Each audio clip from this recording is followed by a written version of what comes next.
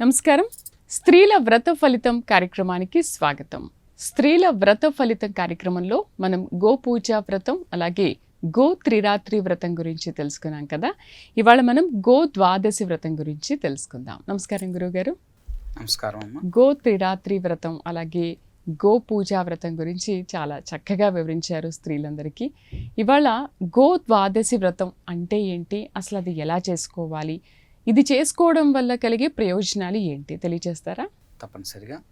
Yeah మూలం సచరాచరస్య జగత పుంస పురాణీ సఖి వ్యక్తాత్మ పరిపాలనాయ జగతాం ఆప్తావతారస్థితి దుష్టధ్వంస సదిష్టదాన విదయే నానాసనాధ్యాసిని శ్రీశైలాగ్రనివాసిని భవతు మే శ్రేయస్కరీ భ్రామరీ.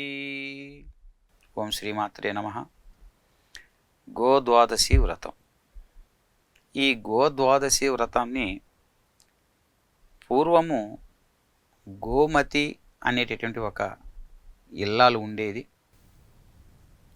భర్త అయినటువంటి కౌండిన్యుడు అనేటువంటి తన భర్త యొక్క అనుమతితో స్త్రీలకి రక్షణ కవచం లాంటిది ఈ గోద్వాదశి వ్రతం అయినటువంటి ఈ గోద్వాదశి వ్రతాన్ని సంకల్పించింది భర్త యొక్క అనుమతి తీసుకొని. ఉదయమునే లేచి చక్కగా నదీ స్నానం చేసి సంకల్పం చెప్పుకొని ఇంటికి వచ్చి చక్కగా పుష్పాలతో ఒక మండపాన్ని ఏర్పరచుకొని ఆ మండపాన్ని పుష్పాలతో చక్కగా అలంకారం చేసి జనార్దుడైనటువంటి కృష్ణుని ఆ మందిరంలో స్థాపించాలి, ఉంచి ఆరాధించి ఆవు నేతితో దీపం పెట్టాలి.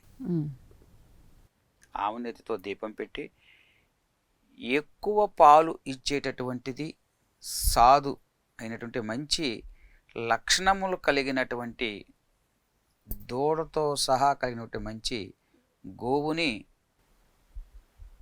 పూజించాలి. తీసుకొని వచ్చి ఆ మనకి ఉన్నటువంటి మంగళ ద్రవ్యాలన్నిటితో చక్కగా పుష్పము గంధాలతో అర్చన చేసి షోడశోపచారాలతో పూజలు కావించేసి ఆ రోజు రాత్రి బంధువులతో కలిసి ఈ వ్రతానికి బంధువులందరినీ కూడా పిలుచుకొని చక్కగా వాళ్ళందరితో కలిసి దీపం దగ్గరే ఆవు నేతితో చేసినటువంటి దీపం దగ్గర కూర్చొని జాగరణ చేయాలి. ఈ విధంగా జాగరణ చేస్తూ ఉన్నారు వీరంతా కూడా. ఆ జాగరణ చేస్తూ ఉండగా కూర్చొని ఉన్నటువంటి ఆ సమయంలో వెలుగుతూ ఉన్నటువంటి ఆ ఒత్తిలో ఉన్నటువంటి నేతి వాసనకి ఒక ఎలుక దానిని గమనించి ఆ వాసనని గమనించి ఆహార నిమిత్తమై వస్తుంది. వచ్చి ఈ జాగరణ చేస్తున్న సమయంలో కొంత ఆ జాగరణలో మనం కొంచెం కన్ను మధ్యలో అలా తోలటం అనేది కొంచెం జరుగుతున్న సమయంలో అది దగ్గర దాకా రావటం, నేతి దగ్గర దాకా ఆహార నిమిత్తం వీళ్ళు లేచి దాన్ని మళ్ళీ పంపించటం, ఆ విధంగా పలు విధాలుగా జరిగి తర్వాత వెళ్ళి అక్కడనే ఉండి ఎప్పుడు వీళ్ళు జాగరణ ముగుస్తుందో వెంటనే ఆ నేతిని ఆహారంగా తీసుకుందామనంటే భావనతో అక్కడే దగ్గరలో ఆ చీకట్లోనే ఉండి వేచి చూస్తా జాగారం చేస్తూ ఉంది ఆ ఎలుక కూడా. అయితే ఆ జాగరణలో చిన్నగా మెల్లమెల్లగా చీకటి వదిలి సూర్యుడు ఉదయించి తెల్లవారింది. ఎప్పుడైతే సూర్యుడు ఉదయించి సూర్యకిరణాలు పడ్డాయో వెంటనే ఆ ఎలుక తనకి ఒక స్త్రీగా మారింది. అప్పటికప్పుడుగా రూపాన్ని స్త్రీగా మారింది. తన కోసం వచ్చినటువంటి దివ్య విమానరూఢేది ఈ విధంగా ఆవిడ చెబుతూ వచ్చింది. గతములో చెబుతూ ఆ సాధ్వీం అనేటువంటి తల్లి గోమతి నీకు కృతజ్ఞరాలమ్మ అని చెప్పి ముందు ఆ గోమతికి కృతజ్ఞతలు చెబుతుంది. ఎలక రూపంలో నుంచి మారి స్త్రీగా ఉద్భవించినటువంటి స్త్రీ చెప్తూ, గతములో భర్తకి తెలియకుండా, అదేవిధంగా నేను మూర్ఖత్వంతో వేశ్యగాను భర్త కళ్ళు గప్పి జారినయి ఉండటం వల్ల, సంచరించటం వల్ల కాలానుసారంగా మృతి చెంది తర్వాత ఘోరమైనటువంటి నరకాన్ని పొంది, అంతేకాకుండా దుర్భరమైనటువంటి అనేకమైనటువంటి కోడి, కుక్క, పిల్లి రకాలైనటువంటి జన్మలు జన్మించి చివరికి ఈ ఎలుక జన్మకి వచ్చి ఈ రోజున ఈ జాగరణ చేయటం చేత తత్ఫలితంగా తనకి ఇది కలిగింది. కాబట్టి ఒక ఎలుక జాగరణ చేస్తేనే దానికి ఇంత ఫలితం వచ్చింది. అది ప్రత్యక్షంగా ఈ వ్రతం చేస్తే ఫలితం ఏంటి అనేటటువంటిది ఇందులోనే మనకు అర్థమైపోతూ ఉన్నది. చక్కగా వాటికి చూసిన వారికే అంత వస్తే చేసిన వారికి ఇంకెంత రావాలి.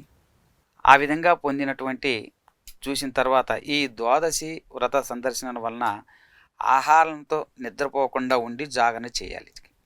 చక్కగా ఈ వ్రతాన్ని జాగారం చేసిన తర్వాత సాయంత్రం పూటే చేయాలి. సాయంత్రం పూటే చేయాలి. 6 గంటల తర్వాత సాయంత్రం అంటే ఏకాదశి రోజంతా పూర్తిగా నియమం ఉండేది. ద్వాదశి పూర్తవ్వక ముందే దీన్ని చేసుకోవాలి, పూర్తవ్వకుండా. అదే ఈ ద్వాదశి వ్రతాన్ని మనకి భోగభాగ్యాలని కలగచేస్తుంది. అదేవిధంగా సౌభాగ్యాలని కలగజేస్తుంది. ఈ విధంగా వాటికి వచ్చినటువంటి మంచి ఫలితాన్ని వీరు కూడా పొందడం. ఒక మంచి దంపతులను పిలిచి ఆ రోజున భోజనం పెట్టి వ్రతాన్ని ఈ పూజ చేసుకున్న తర్వాత, ఈ జాగరణ అయిపోయిన తర్వాత ముత్తైదులకు భోజనం పెట్టి వారిని పంపించేసి ఆ తదుపరి తను పిలుచుకున్నటువంటి తోటి బంధువుల మిత్రులతో సహచరంతో తను కూడా కూర్చొని భోజనం చేయాలి. ఒక రోజంతా జాగరణ చేసి మరుసటి రోజు మాత్రమే. ఈ విధంగా గనక ఈ ద్వాదశి వ్రతాన్ని కనుక ఆచరించినట్టయితే సర్వ సంపదలు కూడా చేకూరుతాయి. కాబట్టి ఈ వ్రతాన్ని అందరూ కూడా ఆచరించడం, ఇది స్త్రీలకి ముఖ్యంగా రక్షణ కవచం లాంటిది. ఈ వ్రతం ఎక్కువగా స్త్రీలు ఈ వ్రతాన్ని చాలామంది ఆచరిస్తూ ఉన్నారు. ఈరోజు కూడా చక్కగా ఈ వ్రతం విశేషమైనటువంటి ఫలితాన్ని కలగజేస్తుంది. మనం ప్రత్యక్షంగా కథలోని చూస్తున్నాం కాబట్టి ఆచరించి తప్పనిసరిగా ఈ వ్రతాన్ని అందరూ ఆచరించి తరించాలని కోరుకుంటున్నాం. అంటే మనం ఆ గోవు దగ్గరే ఈ రాత్రంతా జాగరణ చేయాలి అంటారా? గోవు దగ్గర కాదు, గోవుని అంటే పూజించిన తర్వాత మనము వ్రత నియమానికి గోవును కూడా అర్చన చేయాలి. పూజ చేయాలి ఆ రోజు, చేసి అంతవరకే. చేసిన తర్వాత గృహములో మనము మంటపాన్ని ఒకటి ఏర్పరచుకున్నాము. ఆ మండపంలో కృష్ణ భగవానుని, వాసుదేవుణ్ణి అందులో ఉంచేసుకొని నేతితో కూడుకున్నటువంటి దీపారాధనని చేసి అక్కడే కూర్చొని ఆ మందిరం దగ్గరనే కృష్ణనామాన్ని, వాసుదేవ నామాన్ని జపిస్తూ జాగరణ చేస్తూ ఉన్నట్లయితే ఉండి మరుసటి రోజున ముత్తైదు బ్రాహ్మణులకి, చక్కగా ముత్తైదు స్త్రీలకి, వారి భర్తలతో కూడుకున్నట్టు వారికి భోజనాన్ని ఏర్పాటు చేసి దక్షిణ తాంబూలాదులు ఇచ్చి తరువాత మిగిలినటువంటి బంధుమిత్రులతో తను భుజించాలి. అప్పుడు ఈ వ్రతం సమాప్తి అవుతుంది. మనకు వీలైనన్ని సార్లు కూడా ఈ వ్రతాన్ని చేసుకోవచ్చు. తప్పనిసరిగా చేసుకోవచ్చు. లేదు సంవత్సరానికి ప్రతి నెలలో వస్తుంది ద్వాదశి, చక్కగా 2 సార్లు వస్తుంది. చక్కగా ద్వాదశి చక్కగా చేసుకోవచ్చు, ఆచరించవచ్చు. చిన్న చిన్నవి, నాకు ఆగ్రహం బాగాలేదు, ఆ ఇబ్బందులు ఉన్నాయి, ఈ ఇబ్బందులు ఉన్నాయి అనే కంటే ఇవి చేయదగినటువంటివే. చక్కగా దంపతులు ఇద్దరికి భోజనం పెడితే సరిపోతుందా? సరిపోతుంది. తర్వాత బంధువులకి, ఇంట్లో వాళ్ళకి, బంధువులకి, కొంతమందికి అంటే భగవంతుడు ఇక్కడ భగవంతుడు ఎవరిలో ఉంటాడయ్యా అంటే తను భుజిస్తూ ఇతరులకి చేసినటువంటి వారికి ఇస్తాడు. శక్తి కొలది. అందుకే భగవత్ ఆరాధనలో కానీ పూజా విధానంలో కూడా యథాశక్తి అని చెప్పాలి, కానీ ఇంత సంఖ్య అని చెప్పకూడదు. యథాశక్తి అని చెప్పాలి. కాబట్టి తోటి వారిని కూడా పిలుచుకొని మనతో పాటు పుణ్యం అంటే నేను బాగుండాలి, ఎదుటివాడు బాగుండాలి, నా పక్కవాడు బాగుండాలనే కోరిక భావన ఉన్న వాళ్ళ యొక్క శరీరం నిత్యము భగవంతుడు ఎప్పుడు ప్రత్యక్షమయ్యే ఉంటారు. అందుకు దీని ఉద్దేశం కూడా అది, వారిని కూడా దగ్గర తోటి బంధువులతో కూడా కలిసి పూజించమని. అయితే గురుగారు, ఇక్కడ కొంతమందికి ఒక సందేహం రావచ్చు. ఇప్పుడు స్త్రీల వ్రత ఫలితంలో ఈ గో ద్వాదశి పూజ కానీ గో పూజ విధానం కానీ ముత్తైదువులే చేసుకోవాలా, లేకపోతే ఇది ముఖ్యంగా చెప్పబడింది స్త్రీలకి రక్షణ కవచం లాంటిది కాబట్టి వాళ్ళే ముత్తైదువులే చేసుకోవాలని లేదు, విడి స్త్రీలు కూడా చేసుకోవచ్చు. అంటే చాలా మందికి ఉంటుంది మేము చేసుకుంటే బాగుంటుంది. విడి స్త్రీలు ఏంటంటే కొన్ని వ్రతాలు చూస్తూ ఉంటే మాకు చేసుకునే అదృష్టం లేదు అని అనుకుంటారు కదా, వాళ్ళు కూడా చక్కగా చేసుకోవచ్చు, తప్పనిసరిగా చేసుకోవచ్చు. ఆ నిబంధన నియమం అయితే ఏమీ లేదు, చేసుకోవచ్చు. చిన్న పిల్లల్ని కూర్చోపెట్టుకొని కూడా చక్కగా ఆ వ్రతాన్ని బాగా చేసుకోవచ్చు. వాళ్ళకు కూడా వారు జాగరము ఉండలేనటువంటి పరిస్థితి కాబట్టి వారికి కాకుండా ఉండగలిగేటటువంటి వయసు ఉన్నటువంటి వారు ఎవరైనా 18 సంవత్సరాల వయసు దాటిన వారైతే కొంచెం ఉండగలుగుతారు జాగరణకి. జాగరణ అంటే రాత్రంతా మేల్కొనే ఉండాలి. అంటే ఆ దీపం కూడా అలా వెలుగుతూనే ఉండాలి. అంటే తెల్లారి గంటల 6 వరకు ఆ జాగరణ అయితే కంప్లీట్. సూర్యుడు ఉదయించేటటువంటి వరకు అప్పటి వరకు ఉండాలి తప్పనిసరిగా. ఉన్నట్లయితే అన్ని విధాల చక్కగా అప్పుడు మాత్రమే మనము వంట చేసుకొని, అప్పుడు సూర్యుడు ఉదయించిన తర్వాత మాత్రమే మిగిలినటువంటి తర్వాత వంట ఇతర అంతా చేసుకొని ముత్తైదులకు భోజనం పెట్టి మనం భుజించటం. మరి ఆ రోజంతా ఇప్పుడు మార్నింగ్ నుంచి వాళ్ళు ఉదయం నుంచి ఎలా ఉపవాసమే ఉండాలి ఉండే చేయాలి, సాయంత్రం పూట ఉండే చేయాలి. పళ్ళు ఫలాలు అవి తీసుకోవచ్చు, పాలు కాఫీ టీ అలాంటివి తీసుకోవచ్చు. కొంతమంది చేయలేని వాళ్ళు ఉంటారు కదా, ఇప్పుడు చక్కగా బియ్యపు రవ్వలు తిరగమాత వేసుకొని చక్కగా ఆ ఉప్మా లాంటిది కొంచెం ఉన్నది కదా అని కడుపు నిండా తింటాం కాదు, కొంత శక్తి రావటం కోసం మాత్రం తీసుకోవచ్చు. అటువంటి ఆహారాన్ని దాన్ని మళ్ళీ రిపీటెడ్గా తీసుకోకూడదు. ఒక్కసారి పొద్దున ఇప్పుడు ఒక్కసారి మధ్యాహ్నం సాయంత్రం పూజ అది అంతే పూజ చేసి పళ్ళు ఏమైనా తీసుకోవచ్చు. పళ్ళు ఉండలేనటువంటి వారు పండు తీసుకోవచ్చు. ఇప్పటి పరిస్థితుల ప్రకారం అందరికీ కొన్ని ఏదో ఒక చిన్న చిన్న సమస్యలు ఉంటాయి, ఉండలేని పరిస్థితులు కాబట్టి తప్పనిసరిగా తీసుకోవచ్చు. ధన్యవాదాలు గురుగారు. గో ద్వాదశి వ్రతం గురించి చాలా చక్కగా వివరించారు. మరి స్త్రీలందరూ మీరు విన్నారు కదా, మరీ చేయలేనటువంటి వాళ్ళు గురువుగారు చెప్పినట్టు కొంచెం గోధుమ రవ్వ ఒక పూట తీసుకొని మిగతా అంతా కూడా పాలు పళ్ళు ఇవన్నీ తీసుకొని గో ద్వాదశి వ్రతాన్ని బాగా చేసి ఆ ఫలితాన్ని, అద్భుతమైన ఫలితాన్ని మీరు పొందవచ్చు. గురుగారు, తర్వాత గో పద్మ వ్రతం అని అంటూ ఉంటారు కదా, అసలు ఈ గో పద్మ వ్రతం అంటే ఏంటి, ఇది ఎప్పుడు చేయాలి, ఎలా చేయాలి, ఈ పూజా విధానం ఎలా ఉంటుంది, దీనివల్ల కలిగే ప్రయోజనాలు ఏమిటి? గోపద్మ వ్రతం. ఈ గోపద్మ వ్రతం అనేటటువంటిది ఆషాఢ శుద్ధ ఏకాదశిని మొదలుకొని కార్తీక శుద్ధ ఏకాదశి వరకు దీన్ని ఆచరించాలి. అంటే ఇది చాతుర్మాస వ్రతానికి ఉద్యాపనగా ఈ వ్రతాన్ని ఎక్కువగా ఆచరిస్తూ ఉంటారు, చాతుర్మాస వ్రతానికి సంబంధించి. అయితే ద్వాపర యుగములో మనకి దీనికి ఒక చిన్న కథ కూడా ఉన్నది. ద్వాపర యుగంలో బలరామకృష్ణుని యొక్క సోదరి అయినటువంటి సుభద్ర పాండవ మధ్యముడైన అర్జునుడిని ప్రేమిస్తుంది. అతనినే పెండ్లాడాలనుకుంటుంది. కానీ పెదనాన్నగారైనటువంటి బలరాముడికి ఇష్టం లేదు, అందువలన అంగీకరించలేదు. అతనికి భయపడి చిన్నాన్నగారైనటువంటి శ్రీకృష్ణుణ్ణి ఆశ్రయిస్తుంది. శ్రీకృష్ణుడు ఆమెకు గోపద్మ వ్రతాన్ని ఉపదేశిస్తాడు. ఆ గోపద్మ వ్రతాన్ని ఏ విధంగా ఆచరించాలి, ఎలా అని ఉపదేశిస్తాడు. ఇది ఆషాఢ శుద్ధ ఏకాదశి రోజున ప్రాతకాలం నందే లేచి చక్కగా కాలకృత్యములన్నీ కూడా తీసుకొని స్నానాదులు చేసుకొని ఈరోజు గో పద్మవ్రతాన్ని ఆరంభిస్తున్నాను అని మనసులో సంకల్పం భావన చేసుకొని తోరం కట్టుకోవాలి చేతికి.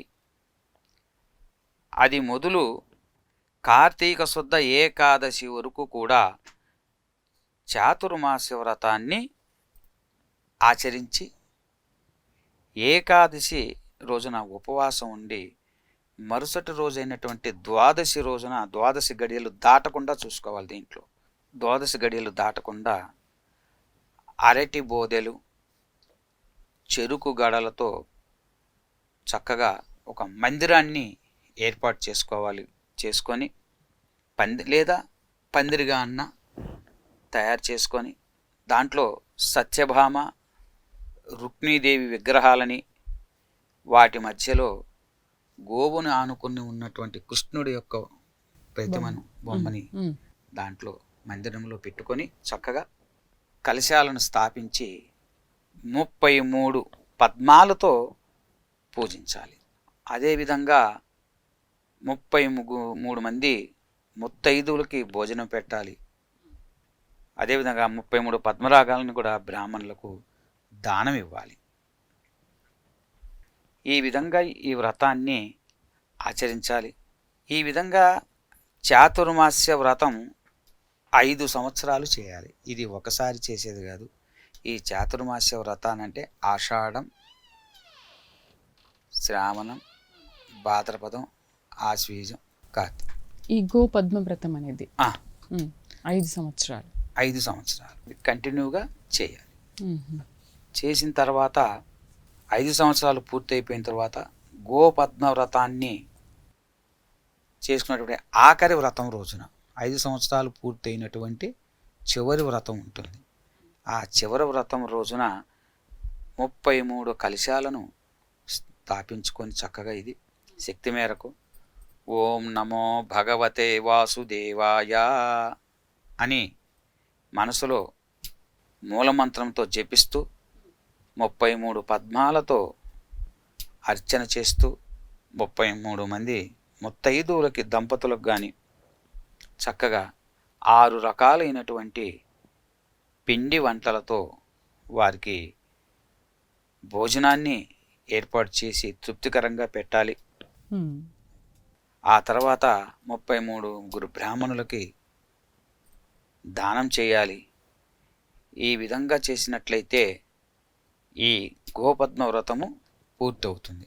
ఈ చేసినటువంటి వారందరికీ కూడా సత్ఫలితాలు ఇస్తాయి, సౌభాగ్యం సిద్ధిస్తుంది, సంపదలు ఏర్పడతాయి, కుటుంబంలో ఎటువంటి కలహాలను అప్పటి వరకు చేసినటువంటి పాపాలన్నీ కూడా నివృత్తి అవుతాయి. 5 సంవత్సరాలు ఎవరైనా కూడా 18 సంవత్సరాలు పైబడిన ఎవరైనా కూడా చేసుకోవచ్చు. అంటే 5 సంవత్సరాలు అని అంటే సంవత్సరంకి ఒక్కసారా? అలానే సంవత్సరానికి ఒక్కసారి 4 నెలలు వస్తాయి. చెప్పాను కదా, దాంట్లో ఆషాఢ శుద్ధ ఏకాదశి మొదలుపెట్టి ఏకాదశి కార్తీక శుద్ధ ఏకాదశి రోజు వరకు శ్రావణం, భాద్రపదం, ఆశ్వీజం, కార్తీకం 4 నెలలు. శ్రావణ మాసం ఆషాఢంలో ఏకాదశం నుంచి శ్రావణంలో ఏకాదశం వరకు 1 నెల. మళ్ళీ అక్కడి నుంచి కంటిన్యూషన్ భాద్రపదం, ఆశ్వీజం, కార్తీక మాసంలో ఏకాదశి వరకు. ఓకే, కార్తీక శుద్ధ ఏకాదశి వరకు శుద్ధ ఏకాదశి పౌర్ణమి ముందు వచ్చేటువంటి ఏకాదశి వరకు 4 నెలలు. ఇది చాతుర్మాసం. ఇట్లా ప్రతి సంవత్సరము అలా 5 సంవత్సరాలు చేయాలి. చేస్తే విశేషమైనటువంటి ఫలితం వస్తుంది. సాక్షాత్తు విష్ణులోకానికి వెళ్ళిపోవచ్చు. చక్కగా భక్తితో చేసేటువంటి వాళ్ళకి ఎవరికైనా కానీ తప్పనిసరిగా ఆ ఫలితం లభిస్తుంది. దీనికి కావాల్సిన వస్తువులు కానీ లేకపోతే పూజా విధానం కానీ? పూజా విధానం సహజ సిద్ధంగా మనము పూజకు కావాల్సినవి ఏ దేవతలకైనా షోడశోపచార పూజలకు కావాల్సినటువంటి పసుపు, కుంకుమ, గంధము, అక్షతలు, దీపారాధన, ఒత్తులు, నూనె ఇవన్నీ మామూలు. ఉండేవి. అదనంగా కావాల్సినటువంటి 33 అంటే ఉద్యాపన రోజు కావాల్సినటువంటివేమో 33 కలశాలు, 33 పద్మాలు, 33 మంది ముత్తైదువు ముత్తైదువులకి, భోజనం దంపతులు సమేతంగా బ్రాహ్మణులకి భోజనం ఏర్పాటు చేశాం. విడిగా 33 మందికి ఆచరించేటువంటి రోజుల్లో 33 మందికి ముత్తైదును పిలుచుకొని భోజనం ఇది ప్రతిసారి పెడుతూ ఉండాలి. అంటే నెలలో ఉద్యాపన చేసుకునేటప్పుడు మాత్రం ఇవన్నీ కావాలి 5వ సంవత్సరం. ఈ 4 సంవత్సరాలు కలశాలు అవన్నీ ఈ 4 సంవత్సరాల్లో కూడా వీరికి ఇవన్నీ పెట్టాలి భోజనాలు. ప్రతి నెల కూడా చేయాలి. అంటే మీరు చెప్పిన అన్ని వ్రతాల్లో కల్లా గో పద్మ వ్రతం అనేది కొద్దిగా కొంచెం ఖర్చుతో కూడుకున్నది, కానీ నియమానికి ఇబ్బంది లేదు, కానీ కొంచెం ఖర్చుతో కూడుకున్నటువంటిది. నియమం కూడా ఇప్పుడు 1 గంట ఉపవాసం అంటే ఉంటారు, కానీ ఒక 12 గంటలు ఉపవాసం ఉండమంటే ఉండలేరు. అది 6 అయిందే లేదో టిఫిన్ అంటుంటారు. అందుకని ఏదో ఒకటి ఆహారం తీసుకోవాలని అంటే తపనతో ఉంటారు. అందుకని శ్రద్ధ, మన కష్టాన్ని బట్టే ఫలితం ఏ విధంగా చెప్తున్నారో, ఎంత భక్తితో చేస్తామో అంత పుణ్యం లభిస్తుంది. కష్టం అంటే ఆ కష్టం లేకపోతే, అంత భక్తి అన్ని నెలలు కంటిన్యూగా 5 ఏళ్ళు లేకపోతే పుణ్యం ఎక్కడి నుంచి వస్తుంది? పాపాలు ఎలా పోతాయి? దోషం ఎలా నివృత్తి అవుతుంది? ఆ నియమాన్ని అనుసరిస్తే కదా. అది చాలా చక్కగా వివరించారు. గో పద్మవ్రతం, గో పద్మవ్రతం ఎలా చేయాలి, ఏ విధంగా చేయాలి, పూజా విధానం, దానికి కావాల్సినవి ఏంటనే విషయాలు చాలా చక్కగా తెలుసుకున్నారు కదా. తప్పకుండా స్త్రీలందరూ కూడా మీకు వీలైతే గో పద్మవ్రతాన్ని చేసుకొని అద్భుతమైన విశేషమైన ఫలితాలని పొందవచ్చు. మరొక కార్యక్రమంలో మళ్ళీ కలుద్దాం. నమస్కారం.